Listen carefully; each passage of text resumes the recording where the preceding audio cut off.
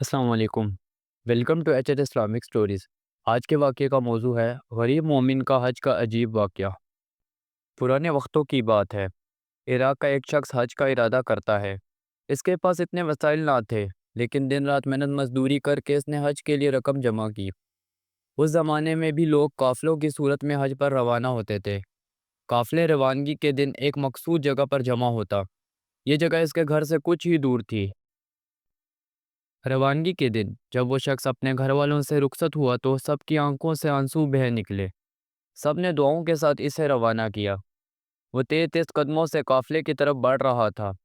راستے میں ایک جنگل پڑتا تھا۔ ابھی جنگل کے قریب پہنچا ہی تھا کہ اچانک ایک گھر سے عورت اور بچے کی رونے کی آواز آئی۔ آواز اتنی دردناک تھی کہ وہ شخص رک گیا۔ قریب جا کر سنا تو وہ عورت اپنے بچے سے کہہ رہی تھی، میرے بچوں، آج میرے پاس تمہیں کھلانے کے لیے کچھ بھی نہیں ہے۔ جو کچھ تھا وہ کل رات ختم ہو گیا تھا۔ بچے بھوک سے بلک بلک کے رو رہے تھے اور ماں بھی زاروں قطار رونے لگی۔ یہ منظر دیکھ کے وہ شخص لرز گیا۔ اس نے آسمان کی طرف نگاہ اٹھائی اور دعا کی، یا اللہ، آج میں ایک عجیب امتحان میں ہوں۔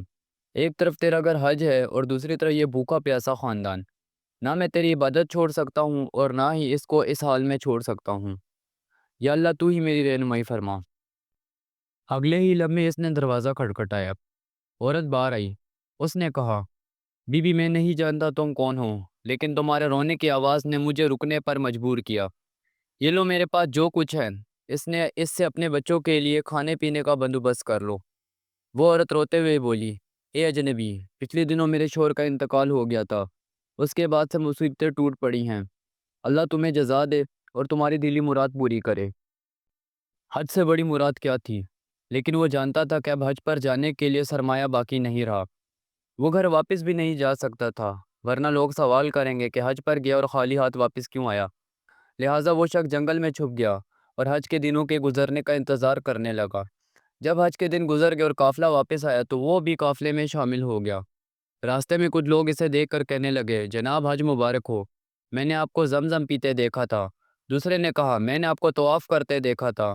تیسرے نے کہا، میں نے آپ کو جمعرات پر کنکریاں مارتے دیکھا تھا۔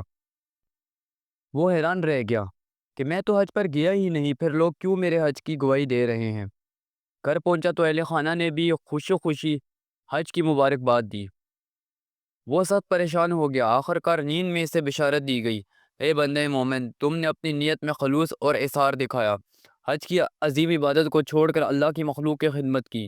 تمہاری نیت کو دیکھ کے اللہ تعالیٰ نے ایک فرشتے کو تمہاری شکل میں بھیج دیا، جس نے تمہاری جگہ حج ادا کیا، اور اس کا سارا ثواب تمہیں ہی عطا کیا گیا۔